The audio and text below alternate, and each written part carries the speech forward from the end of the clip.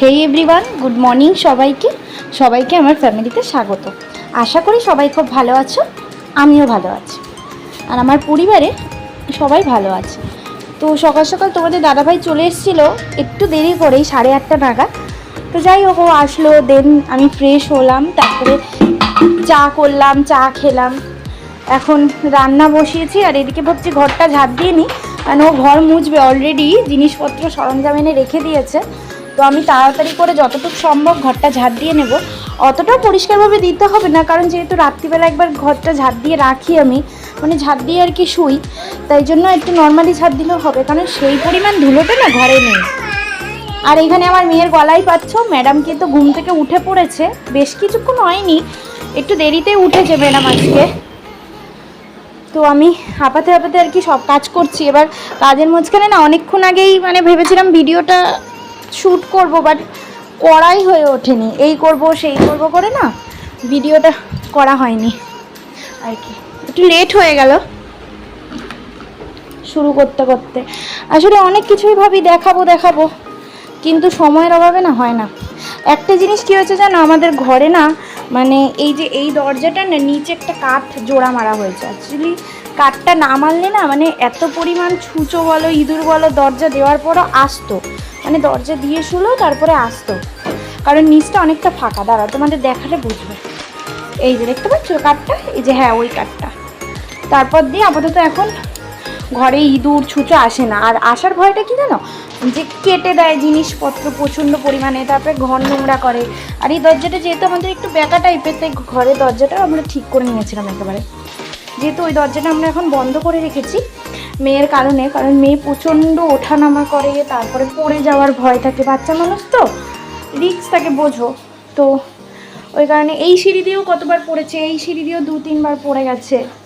আর কালকে এই চালের ড্রামটা তোমাদের দাদাভাই ধুয়েছিল, আমি তোমাদের বলেছিলাম, আমাদের খেয়াল আছে কিনা জানি না, কালকে এটা ধুয়েছে। তো এখন আর কি ঝাড়টা তাড়াতাড়ি দিয়ে নেবো। ও মাম্মাম আসছি। তো চলো ঝাড়টা এদিকে দিয়ে নিই। আর একদিকে মাছ ভাজা, একদিকে লাউ ডাল সব সিদ্ধ হয়ে গেছে। কি হয়েছে? একদিকে লাউ সিদ্ধ হয়ে গেছে, একদিকে ডাল সিদ্ধ হয়ে গেছে। দুটোই প্রেশার কুকারে করেছে আর কি, দুটো একসাথে দিতাম, বাট আজকে লাউয়ের পরিমাণটা একটু হলেও বেশি ছিল, ওই জন্য দুটো আলাদা দিয়েছি, কারণ প্রেশার কুকারটা যেহেতু আমার ছোটো ওই জন্য, নাহলে দুটো একসাথেই দিতাম। মানে তাড়াতাড়ি করে ঝাড়টা দিয়ে নেবো আর কি, রান্না করতেও না সকালবেলা। দেখো 2 দিন ধরে নোংরার গাড়ি আসে না বলে কি আরে নোংরাগুলো জমেছে। আর এই বাসনগুলো কিন্তু সকালের বাসন। এই যে প্রেশার কুকারে লাউ সিদ্ধ করে রেখেছি, দেখতেই পাচ্ছ। ঝাড় দিয়ে নেবো। এই যে একদিকে মাছ ভাজা, মাছটা ঢেকে নিয়েছি, কারণ এই পাঙাশ মাছটা না প্রচণ্ড ফোটে। আর এই যেখানে ভাত প্রায় হচ্ছে, মার জন্য সকালবেলা দিয়েছি আলু সিদ্ধ। আর আমার মা কালকে লোটে মাছের করেছিল ঝুড়ো, তো সেটা যেহেতু মা খায় না লোটে মাছ, আর বাসি জিনিস তো আরোই খাবে না, তো তাই জন্য আর কি মার জন্য আলু সিদ্ধ আর ডিম সিদ্ধ। আর মার আজকে রক্ত নিয়ে গেছে, রক্তের রিপোর্ট করাতে হবে, কারণ হচ্ছে গিয়ে যেহেতু মার ওই বুধবারে চেক আপে যাওয়ার কথা, তাই জন্য বুধবারে চেক আপে গেলে প্রত্যেকবারই এরকম একটা করে ব্লাড টেস্ট করতে হয় আর কি। তো ব্লাড টেস্ট করে নিয়ে যেতে হয়, বুধবারে নিয়ে যাবে। আই থিঙ্ক হয়তো শুক্রবারে হয়তো কেমো হলেও হতে পারে, তো শুক্রবারে কেমো দিতে হয়। দেখা যাক কবে কেমোর ডেট পড়ে।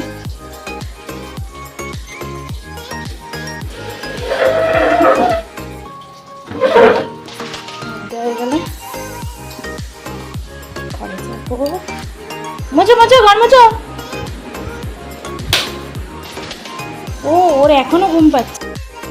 অনেকদিন বাদে না এই ছোট মিক্সিং জারটায় না মশলা পেস্ট করবো। আসলে মশলাটা খুবই কম পরিমাণ আছে, মশলাটা এতে হবে না একেবারে, কিন্তু আমি অল্প অল্প করে করবো। চামচটা নিয়ে আসি এক সেকেন্ড।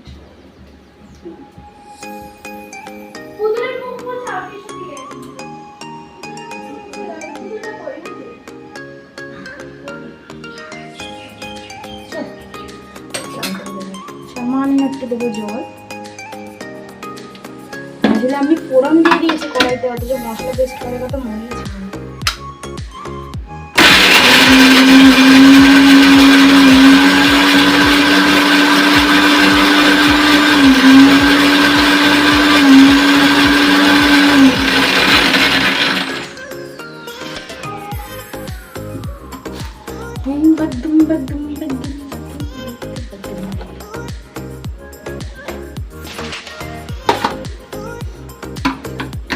এটা রেগুলার মশলা ইউজ করার জন্য খুব বেস্ট।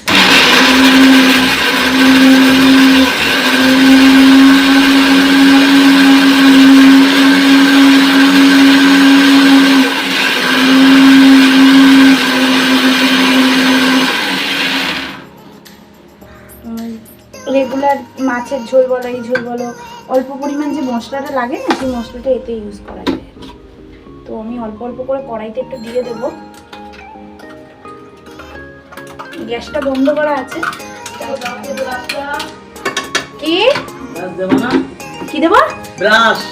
ব্রাশ দেখো এখানে মশলাটা কিন্তু ঢেলে দিয়েছি। শুধু টমেটোটা আমি দিইনি আজকে, আসলে দিইনি কারণ টমেটোটা না আমি অ্যাড করতে একদমই ভুলে গেছি। মশলাগুলো কষিয়ে নেবো আর কি, হালকা আছে কষিয়ে নেবো, দেন আমি এর মধ্যে আলু অ্যাড করব।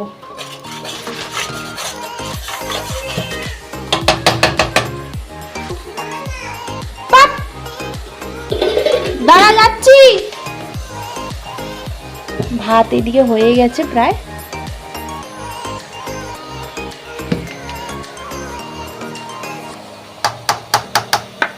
আগের দিন না তাড়াহুড়োর চোটে ভাতটা না কম সিদ্ধ নামে যায়, আর একটু সিদ্ধ হবে। আসলে কিছুটা ভাত সিদ্ধ হওয়ার পর না উপরে উঠে আসে, ওই জন্য বোঝা খুব মুশকিল। দাঁড়াও যাচ্ছি মাম্মা।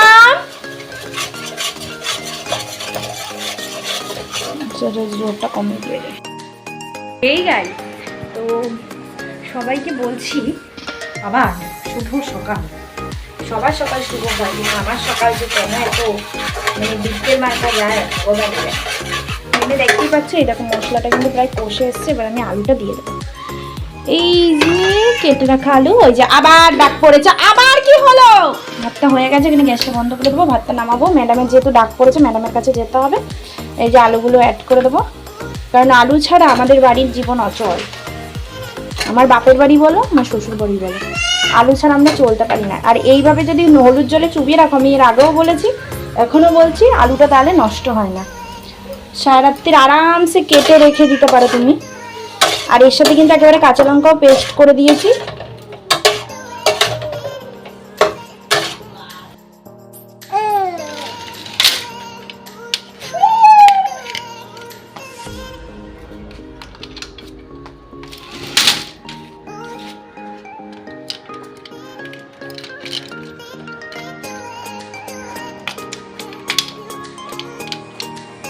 দাঁড়াও,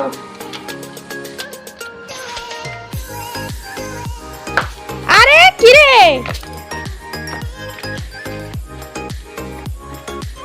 মাথা চুলকা যেত।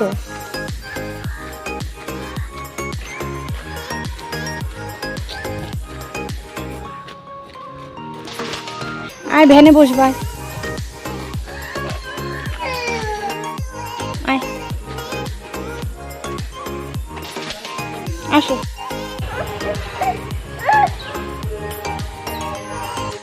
মেয়েকে মায়ের কাছে রেখে আমি চলে এসেছি কলপারে কাজ করতে। অ্যাকচুয়ালি এই টাইম কলেও না ক্যামেরাটা রাখার জায়গা নেই, স্ট্যান্ড হয়তো আছে বাট ক্যামেরা রাখার জায়গা নেই, কারণ কলপারটা খুবই ছোট। তোমরা হয়তো দেখতেই পাচ্ছ যে কলপারটা কতটা পরিমাণ ছোট, যে একটা বালতি কি দুটো বালতি হয়তো রাখা যায়। জানি না এত ছোট চাতাল কেন করেছে, ভগবান জানে ওরা কাদের জন্য করেছে। যাই হোক, যদি এই কলপার বলো বা টাইম কল লাগানোর সময় যদি আমার বিয়ে হয়ে যেত, তাহলে আমি অন্তত এত ছোট চাতাল ওদের করতে দিতাম না। কিন্তু আমি এটাই বুঝি না যে এদেরকে এই সামান্য কমন সেন্সটুকু নেই যে একটা চাতাল যে একটু বড় করতে হয় যাতে কাচতে সুবিধা হয়। এখানে যেন কাচাও যায় না, সামান্য এই দুটো জলের বালতি রাখলে কলপারে জায়গা ছোট হয়ে যায়। অনেক সময় বেশি থালা বাসন রাখলে সেই থালা বাসনও ধরে মাজা যায় না, কেন জানি না। আর এখানে দেখতেই পাচ্ছ আমি কিন্তু প্রথমে জলের বোতলগুলো ভরে নিলাম, দেন জলের বালতিটা মানে যেটা দিয়ে রান্না করি, যেই জলটা তুলে রাখি আর কি, সেই বালতিটাও একটু শ্যাওলা শ্যাওলা পড়ে গেছিলো। আর আমি দুদিন বাদে বাদেই বালতিগুলো মেজে নিই যাতে দাগটা না বসে। আর এখানে দেখতেই পাচ্ছ সব জলগুলো ঘরে রেখে এসে আমি চলে এসেছি থালা বাসন মাজতে। এগুলো সব সকালের বাসন, ওই চায়ের বাসন, তোমাদের দাদাভাইয়ের টিফিন কারি, তারপরে রান্না করলাম, খাওয়া দাওয়া করলাম, প্রেশার কুকারে একটু আলু সিদ্ধ করেছি, সব কিছুই টুকিটাকি রয়েছে। আর এই ছেঁকনিটা না সবসময় দিই না, মাঝে মাঝে দিই, কারণ জলটা একটু সুন্দর পড়ে, চারিদিকে ছেটে না আর কি। তো ছেঁকনিটা অনেক পুরনো হয়ে গেছে বলে না প্রচণ্ড খুলে খুলে পড়ে যাচ্ছে। তো আমি অনেক জায়গায় ছেঁকনি খুঁজেছি, দুটো ছেঁকনি আমার বৃথা গেছে। প্রথম দুটোই এনেছি, দুটোই কলের মানে মুখটা এতটাই মোটা যে কোনোটাই ঢুকতে চায়নি, তাই এটা দিয়ে এখন কাজ চালাতে হচ্ছে। তো এবার ভেবেছি কিনলে একেবারে আর ঠকবো না, ভালো জিনিসটাই কেনার চেষ্টা করব। আর এখানে দেখতেই পাচ্ছ আমি তাড়াতাড়ি মেজে নিচ্ছি, কারণ কি পরিমাণ যে রোদ্দুর পড়ে এখানটায় ধারণার বাইরে। এতটা টানা রোদ্দুর পড়ে যে এখানে টানা রোদ্দুরে কাজ করতে করতে ঘাম তো পড়তে থাকে, যেন লোকে দেখলে ভাববে কি যে জল দিয়ে দিয়ে মুখে কাজ করছে, কিন্তু আদৌ কিন্তু না, প্রচণ্ড ঘাম থাকে, প্রচণ্ড। তাই আমি তোমাদের দাদাভাইকে বলেছি আগের গরমে তুমি আমার সাথে যা অত্যাচার করেছো, কিন্তু এই গরমে অন্তত এখানে দুটো টিনের শেড দিয়ে দিও। আমাদের গ্যারেজ হওয়ার সময় কতগুলো বাঁশের কঞ্চি টঞ্চি বেঁচে গেছিলো, আর এই আমাদের ভাড়ার ঘরের যে পুরনো টিনগুলো চেঞ্জ করা হয়েছে সেগুলো রয়ে গেছে। তো তোমাদের দাদাভাই বলেছে ওগুলো দিয়ে, যেহেতু নিচটা প্লাস্টিক দিয়ে ঘেরা আছে, তাই ওপরে একটু শেড দিয়ে দেবে যাতে কিছুটা রেহাই হয়। নাহলে সামনে বর্ষাকালও আসছে, প্রচণ্ড কিন্তু অসুবিধা হয়ে যায়। বর্ষার সময় বৃষ্টি পড়ে, সেই জন্য কলপারে এসে কিছু কাচাকুচি করা যায় না, কাচাকুচি তো দূরেই থাকুক, কোনো থালা বাসনটুকুও মাজা যায় না। এবার আমাদের বাড়িতে সব কাজই যেহেতু বাইরে, সুতরাং আমার বাইরের দিকটাই যত্ন নিতে হবে। ঘরে যদি থাকতো তাহলে আমি বাইরের জিনিস নিয়ে এত কিছু ভাবতাম না, মানে যদি বেসিনের ব্যবস্থা থাকতো বা ঘরের ভিতরে যদি বাথরুমটাও থাকতো তাহলে খুবই সুবিধা হতো, বাথরুমে কাচাকুচি করতাম আর বেসিনে থালা বাসন মাজতাম। তো এখানে দেখতেই পাচ্ছ বাইরের কাজ মিটিয়ে আমি চলে এসেছি গ্যাসটা পরিষ্কার করতে। গ্যাসটা অনেক দিন ভালো করে মোছা হয় না, তাই একটু আঠা আঠা ভাব ধরে গেছে। 3-4 দিন বাদে বাদে গ্যাসটা আমি ভালো করে সাবান দিয়ে এরকম ঘষে ঘষে পরিষ্কার করি, তাহলে খুব ভালো লাগে। আর এই জানি না, এই কাচের গ্লাস লাগানো বলে হয়তো একটু বেশি তেল চিটচিটে আঠা আঠা ভাব করে, তাই জন্য আমি ভালো করে প্রথমে ভিজা ন্যাকড়া দিয়ে মুছে নিই, দেন তারপরে আসলে শুকনো থাকে তো ওই জন্য ভিজা ন্যাকড়া দিয়ে একটু মুছে নিই, তারপরে এই সাবান দিয়ে স্কচ ব্রাইট দিয়ে হালকা হাতে করে ঘষতে থাকি। বেশি জোরে ঘষবো না, ঘষলে অনেক সময় কাচের জিনিস তো বুঝি না আর কি, যাই হোক। তো ওইভাবে ঘষে ঘষে স্ল্যাব টাইলস আমার দিকে যতটুকু আমার জায়গা ততটুকু আমি পরিষ্কার করার চেষ্টা করি। কারণ তোমরা কিন্তু এতদিন আমার ভিডিও দেখে এইটুকুনি হয়তো বুঝতে পেরেছো যে আমাদের এই ছোট্ট রান্নাঘরটারই কিন্তু দুটো ভাগ আছে। কেন নিশ্চয়ই সেটাও বুঝতে পারছো, দুই বউয়ের নিশ্চয়ই ভাগ। তো কেন কি বৃত্তান্ত সেই সব নাহলে নাই বললাম, কারণ দেখো চাই না নিজের পরিবারের সম্পর্কে দুটো বাজে কথা বাইরের লোক এসে বলুক। হয়তো তোমরা আমার পরিবারেরই, কিন্তু অনেকে তো আমার পরিবারের না, তারা এসে দুটো বাজে কথা আমাকে শোনাতে কতক্ষণ বলো। কিন্তু দেখো সব বাড়িতেই কিন্তু আজকাল এটা হয়, সব বাড়িতেই দুটো রান্নাঘর হয়, কারোর বাড়িতে 3 ছেলে থাকলে 3টে রান্নাঘর হয়। কিন্তু দেখো পরিস্থিতি বুঝে, হ্যাঁ বলছি না আমাদের জায়গায় মিল নেই, আমাদের জায়গায় কিন্তু যথেষ্ট মিল আছে। আমাদের শাশুড়ি মার সাথেও আমাদের সম্পর্ক খুব ভালো, কিন্তু কি জানো, এখন যার যার নিজের সংসার, যে তার নিজের সংসার আগলে রাখতে চায়, এটাই হচ্ছে ব্যাপার। তাই আমাদের দুটো সংসার, ও ওর ঘরে রান্না করে, আমি আমার ঘরে রান্না করি। তো আমি আমার দিকটা ভালো করে পরিষ্কার করে নিচ্ছিলাম, অনেক দিন যাবৎ ভালো করে মোছা হয় না, জানি না কোন দিন একটু বেশি ভালো সময় পাবো, পেলে তাহলে ভালো করে রান্নাঘরটা মনের মতো করে পরিষ্কার করে নেবো। অনেকদিন টাইলসগুলো ঘষা হয় না আর কি। তো এখানে না একটু এই মানে বান্নারে না একটু সাবান লেগে গেছিলো আর কি, বেশি একটু সাবান তুলে ফেলেছি, তো বান্নারটা একটু মুছে নিলাম। এবার মুছে সোজা চলে যাব কলপারে স্নান করতে, কলপারে না মানে বাথরুমে গিয়ে বালতি বসিয়ে রেখে এসেছি। তো ওগুলো ভরে গেলে দেন আমি আর মেয়ে একেবারে স্নান করতে যাব। তো নিচটা মুছে নেবো, এবার ওপরটা যেহেতু মোছা হয়ে গেছে এবার নিচটা মুছে নেব। আমি বিয়ে করে আসার পর আমার শাশুড়ি মা কিন্তু আমাকে বলেছিল যে ঘর তুমি ডান্ডি দিয়ে মোছো ঠিক আছে, কিন্তু রান্নাঘরটা যত্ন করে রেখো, কারণ এটা রান্নাঘর, এখানে দুবেলা আমরা রান্না করে খাই, এখানেই অন্যের জোগাড়যন্ত্রী হয়। এটা কিন্তু ঠিক, রান্নাঘরের মর্ম কিন্তু আমি বিয়ের আগে এত বুঝতাম না, বিয়ে করার পর বুঝেছি, যখন নিজের তিল তিল করে গড়ে ওঠা একটা ছোট্ট সংসার হয়েছে আর কি। এই যে নিজে সব জিনিসের যত্ন নেওয়া, এই যে রান্নাঘরের এই যে টাইলস না মানে পাথর বসানো, এটা তো যাই হোক মেঝেতে, এইটার মর্মটা কি জানো, যে বুঝি যে যখনই আমি ডান্ডি দিয়ে রান্নাঘরটা মুছি অতটা ভালো পরিষ্কার হয় না, কিন্তু এই পাথরে যদি এই ন্যাকড়া দিয়ে মোছা হয় খুব সুন্দর একটা পরিষ্কার হয়, সেটা নিজেরা বোঝা যায়। মানে পরিষ্কার বলতে কি বলো তো, মানে ধুলো ময়লাটা না খুব সুন্দরভাবে ক্লিন হয়ে যায় আর কি, সেটা খুব সুবিধা হয়। তো দেখো স্নান টান করে চলে এসেছি দুপুরবেলার খাবার খেতে। মেয়ে ওইদিকে না খেয়েই ঘুমিয়ে পড়েছে, আজকেও সেম কীর্তি। তো আমি এদিকে প্রথমে আগে গলাটা ভিজিয়ে নিলাম ঠান্ডা জলে, কারণ প্রচণ্ড হাঁপিয়ে গেছি, সত্যি প্রচণ্ড আজকে হাঁপিয়ে গেছি। কত তাড়াহুড়ো করে সব কাজকর্ম করে দেন এসছি দুমুঠো খেতে, তাও জানি না শান্তিতে খেতে পারবো কি না, কারণ ম্যাডাম উঠে গেলে আর হয়তো আমার খাওয়াটা হবে না। আর এখানে দেখতেই পাচ্ছ আমি লাউগুলো আগে নিয়ে নিচ্ছি, দেন ডালটা নেব।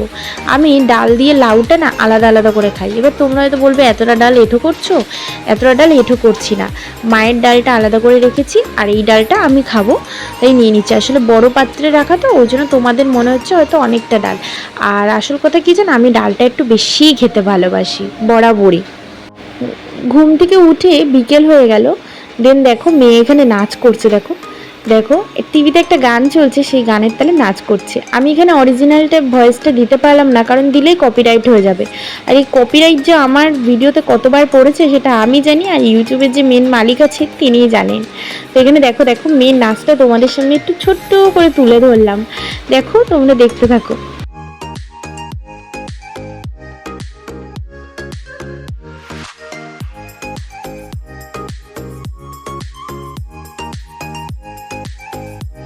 এদিকে দেখো মেয়ের সাথে সাথে মেয়ের বাবাও নাচ করছে। তো তোমরাই বলো কেন বলবো না, পুরো ওর বাবার ডুপ্লিকেট হয়েছে, আমার কোনো অংশই ও পাইনি, বরাবরই আমরা বলি। আর এখন তো পুরোই ওকে দেখতে ওর বাবার মতো লাগে, কেন জানি না। আর এখানে দেখো ওর দাদুকে তুমি কি আমার কোলে শুয়েছো? এটা কি নতুন জামা পরেছো? ওঠো দেখি, জামাটা দেখি একটু। ওরে বাবা রে, কি সুন্দর জামা, কি সুন্দর জামা। একটু ঘুরে ঘুরে জামাটা দেখাও, ঘোরো। পুশ করবো? বাবা মিষ্টি মিষ্টি, দেখি।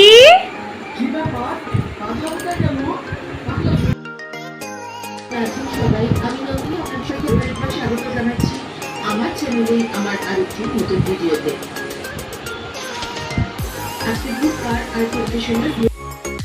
গুড ইভিনিং সবাইকে।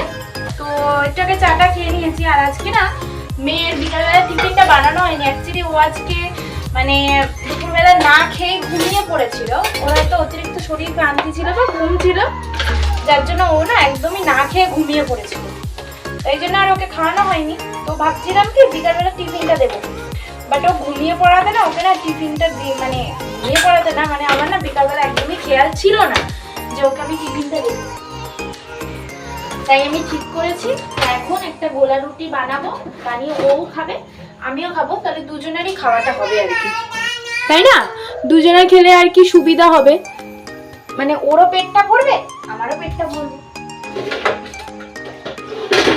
আর এখন অলরেডি ঘড়ির কাঁটায় বেজে গেছে 8টা।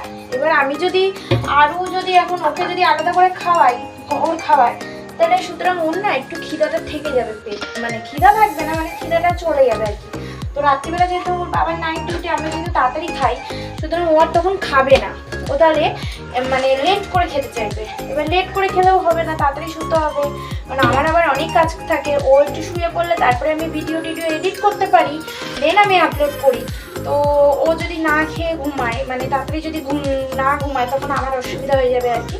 তাই জন্য আমি ভাবলাম এখন গোলা রুটিটা বানাই, ও খাবে আমিও খাবো, সুতরাং দুজনেরই একটু হালকা পাতলা করে টিফিন হয়ে যাবে, সুবিধা। হঠাৎ করে গোলা রুটির কথা মাথায় আসলো, তো ভাবলাম তোমাদের দাদাভাইকে তাই বলছিলাম যে তোমার গোটা ডে ডিউটিটায় আমরা ম্যাগি খেয়ে কাটিয়ে দিলাম, একবারও তুমিও বলোনি। আর এই গোলা রুটিটা তোমাদের দাদাভাইয়েরও খুব ফেভারিট আর আমারও খুব ফেভারিট। তাই আমি বলছিলাম যে গোটা ডে ডিউটিটায় তুমি একবার আমাকে গোলা রুটির কথা মনে করাওনি, আর গোলা রুটি কিন্তু আমাদের খাওয়াও হয়নি। বললো ঠিক আছে, নেক্সট ডেতে অবশ্যই খাবো, মানে যখন নেক্সট ডে ডিউটি হবে আর কি। আর এই ফ্রাইং প্যানটা কিন্তু আমি যে এরকমই কালারের একটা কড়াই বলো গামলা বলো ভাত করি, তো এই ফ্রাইং প্যানটার সেটটা কিন্তু তার সাথেই ছিল। যে আমাদের বউভাতে এটা গিফট করেছে, মানে সত্যি তাকে খুবই খুবই ধন্যবাদ। মানে এত সুন্দর একটা সেট গিফট করেছে, তার সাথে এই হাঁটাটাও ছিল কিন্তু, মানে এই যে হাঁটাটা খুবই সুন্দর জিনিসটা, ভালো লাগলো। আর যেহেতু অল্প পরিমাণ বানাচ্ছি তাই একটু গাঢ় বানিয়ে নিয়েছি। তো চলো আমি বানাতে থাকি, তোমরা দেখতে থাকো। গোলা রুটিটা খুবই ভাল লাগে, আগে স্কুলেও নিয়ে যেতাম, আর প্রায় দিন যেটা বললাম না বাড়িতে চিনি দিয়ে করতাম, এই ভালো লাগে। তো এই ফ্রাইং প্যানটায় আজকে প্রথম গোলা রুটি করছি। এর আগে হয়তো তোমরা আমার কালো ফ্রাইং প্যানটা দেখেছো ননস্টিকে, সেটা তুলে রেখেছি। আর এটা হচ্ছে অ্যালুমিনিয়ামের ফ্রাইং প্যানটা। তো দেখা যাক আজকে ফার্স্ট টাইম এতে করছি কেমন কি ওঠে। আর একটা কথা তোমাদের জানিয়ে রাখি, বরাবরই না আমি গোলা রুটি যখনই করি, আমার যে ফার্স্ট গোলা রুটিটা হয় না, ওটা আমার ভেঙে যাবে উল্টাতে গেলে, কেন জানি না। সে যেই পাত্রেই আমি করি না কেন, আর যত ভালোই করি না কেন, যতবারই প্রথমটা করব ততবারই প্রথমটা আমার ভেঙে যাবেই। অনেকেই আছে দেখবে প্রথমে কিছু একটা করার সময় না সেটা একটু ভেঙে যায়, কিন্তু পরের বারগুলো খুবই সুন্দর হয়। ওখানে কিন্তু আমার মাম্মা মিশে এক পা কুকি দিয়ে গেল যে মা কি করছে রান্না করে, কতক্ষণে খাবে, কতক্ষণে বাইরে যাবে। এই যে দেখতে পাচ্ছ তোলার চেষ্টা করছে, খুব সুন্দর উঠবে, কিন্তু যেই উল্টাতে যাব কোনো না কোনোভাবে ভেঙে যাবে। এবার তোমরা হয়তো বলবে দিদিভাই এই খুন্তি দিয়ে করছো তাই হয়তো এরকম হচ্ছে। না গো, সব খুন্তি দিয়েই আমি ট্রাই করেছি, বাট সব খুন্তি দিয়েই একই রকম কিনতে হয় আমার সাথে। এই দেখো অলরেডি কিন্তু ভেঙে গেছে, হয়তো পেঁয়াজের ভারে ভেঙে গেছে। অনেক সময় ডিমের অমলেটও এরকম হয়, দেখবে অতিরিক্ত পেঁয়াজ বা কাঁচা লঙ্কা পড়ে গেলে সেই ভারের চোটে পাল্টানো যায় না। তো এই যে গোলা রুটি করে এবার চলে আসলাম ঘরে। আমার মাম্মা আর আমি এনজয় করছি গোলা রুটি। ও যেহেতু আজকে দুপুরবেলা কিছু না খেয়ে ঘুমিয়ে পড়েছিল, তাই ভাবলাম ওকে একটু গোলা রুটি দিই, হালকা একটু টিফিন হবে। আর যেহেতু লেট হয়ে গেছে, একটু পরেই ও মানে ওকে রাত্রিবেলায় খাবারটা খাওয়াবো, 9:30টার মধ্যে খাইয়ে দিই, তোমরা সবাই জানো। তাই হালকা একটু করছি, কারণ জানি ও বেশি একটু খাবে না। জোর করে এখন যদি ওর খাবার করে ওকে খাওয়াই, তাহলে তোর পেটটাও ভরা থাকবে, পরে রাত্রের ডিনারটুকু করবে না। তাই জন্য হালকা একটু ওরও খাবার হয়ে যাবে, আমারও খাওয়া হয়ে যাবে। আর এখানে গোলা রুটিগুলো এতটাই গরম ছিল যে আমি কিছুতেই ঠান্ডা করতে পারছিলাম, নিজের হাতে নিজেই ছ্যাঁক খাচ্ছি। আর আমার পরিস্থিতি দেখেছো রান্নাঘরে এতক্ষণ গোলা রুটি করতে গিয়ে কীরকম নাজেহাল অবস্থা, টিপ টিপ সব উঠে গেছে, টিপের আঠাটুকুই কপালে লেগে রয়েছে। তা আমি একটু মুখে দিয়ে টেস্ট করে দেখলাম যে ঠান্ডাটা ঠিক আছে, হয়েছে নাকি। কারণ আমি কিছু খাওয়ার আগে নিজে মুখে দিয়ে তারপরে মাম্মামকে দিই। এবার দেখো মাম্মামের রিয়াকশন দেখো, একটু একটু খায়, একটু একটু খায় না। আর এখানে আমরা রেডি হয়ে গেছি, এবার একটু বাইরে যাব পাগলামি করতে। দেখতেই পাচ্ছ ক্যামেরাটাও ঠিকমতো আয়নার সামনে ধরতে পারি না। সব দিদিভাইরা কি সুন্দর আয়নার সামনে ধরে ব্লগ শ্যুট করে, কিন্তু আমার আয়নাটা মুছলেও যেন অপরিষ্কার লাগে, ক্যামেরার কাজ অপরিষ্কার, নাকি আয়নাকে জানে। আর এই যে শুভরাত্রি, আমার ঠাকুরের দর্শন দিয়ে সবাইকে জানাই শুভরাত্রি। সবাই ভালো থাকবে, আশা করি আমার ভিডিওটা ভালো লেগেছে। অবশ্যই লাইক কমেন্ট শেয়ার করে দিও। অবশ্যই আবার কালকে দেখা হবে নতুন একটি ভিডিওর সাথে। আর এখানে দেখতেই পাচ্ছ আমার মাম্মামের কীর্তি দেখো। এই যে এই নতুন জামাগুলো তোমাদের সাথে শেয়ারই করা হয়নি। এই জামাগুলো মানে আমার মাম্মামের ছোট মামি পাঠিয়েছে, মানে আমার মাম্মামের যে ছোট বোনু তার মা, মানে বুলটিদি। তো 3টে জামা পাঠিয়েছে, একটা মাম্মাম তো আনার সঙ্গে সঙ্গে পরে ফেলেছে। আমি এটা মা মানে বাবাকে দিয়েছিল, তো বাবাই নিয়ে এসছে। তো আমি মাকে বলেছিলাম জামাগুলো পাঠিয়ে দিও, ধুয়ে তারপরে পরাবো। তো আমার মামা আমাকে ধুতে তো দিলই না, তার আগেই পরে নিল। আর সত্যি তিনটে জামাই খুবই সুন্দর হয়েছে। থ্যাংক ইউ বুলটি দিয়ে এত সুন্দর একটা জামা দেওয়ার জন্য। তোমরাও ভালো থেকো।